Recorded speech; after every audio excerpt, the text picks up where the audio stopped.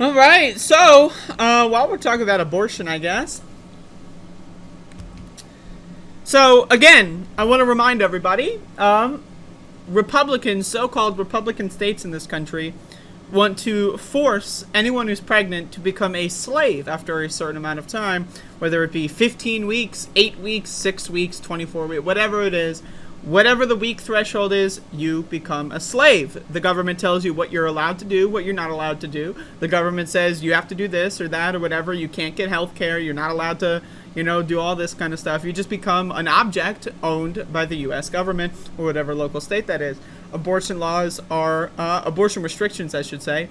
And the only abortion law that is even worth a damn is abortions are okay all the time. Let's go. That's it. There's no other thing. I don't care if, what about 24 weeks? What about 27 weeks? Fetal viability. Who defines this stuff?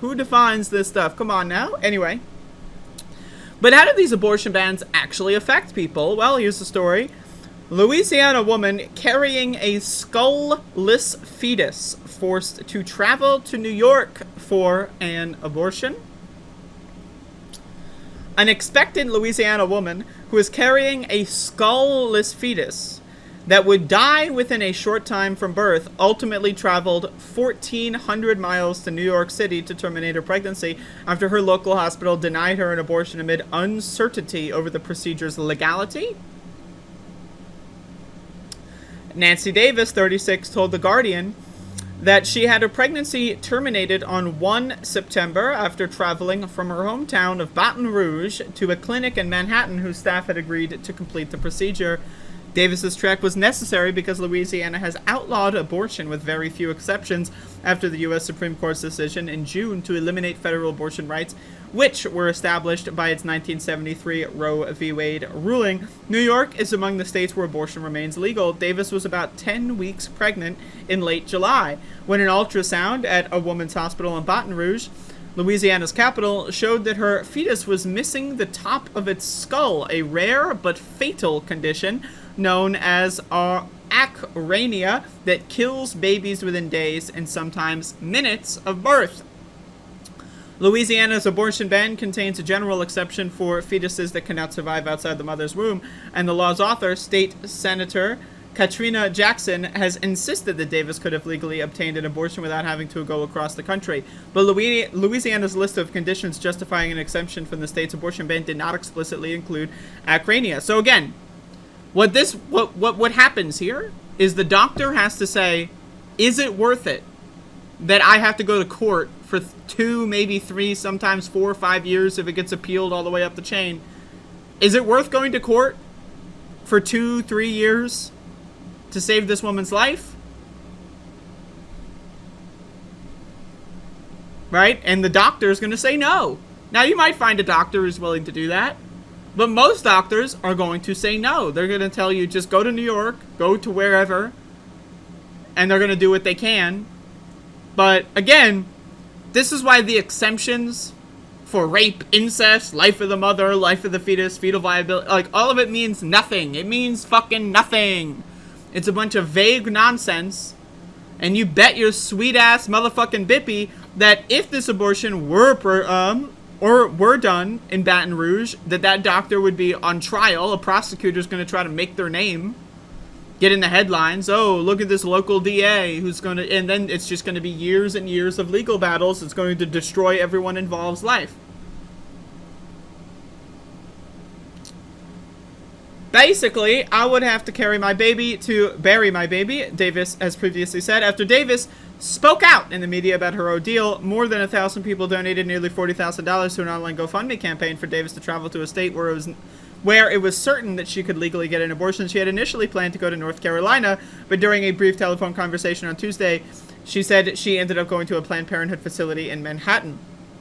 Davis is only one member of a group of women or girls who have been forced to take gut-wrenching actions in the aftermath of the elimination of nationwide abortion rights. A Florida court recently blocked a pregnant 16-year-old girl from having an abortion, deeming her too immature, too immature to decide whether she should have an abortion. Too immature. to decide to have an abortion.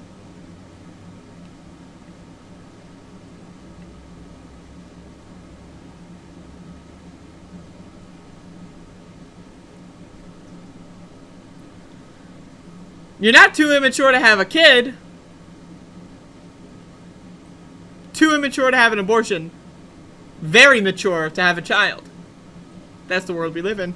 Meanwhile, earlier in the summer, a 10-year-old Ohio girl who was raped and impregnated had to travel to neighboring Indiana to terminate her pregnancy because her state had banned most abortions. Most abortions are said to become illegal in Indiana as of Thursday.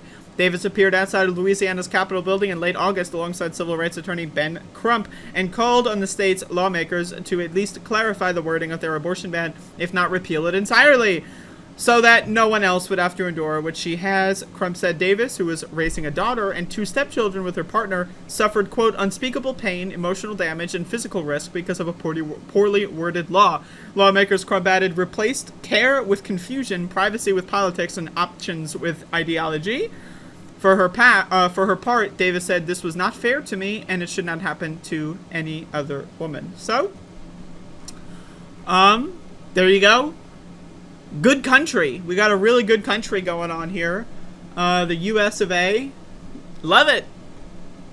I love it. Isn't that a great country? Isn't this like a wonderful fucking country that we live in? Right? Like, isn't that great? Like, yeah. You have to get a GoFundMe campaign.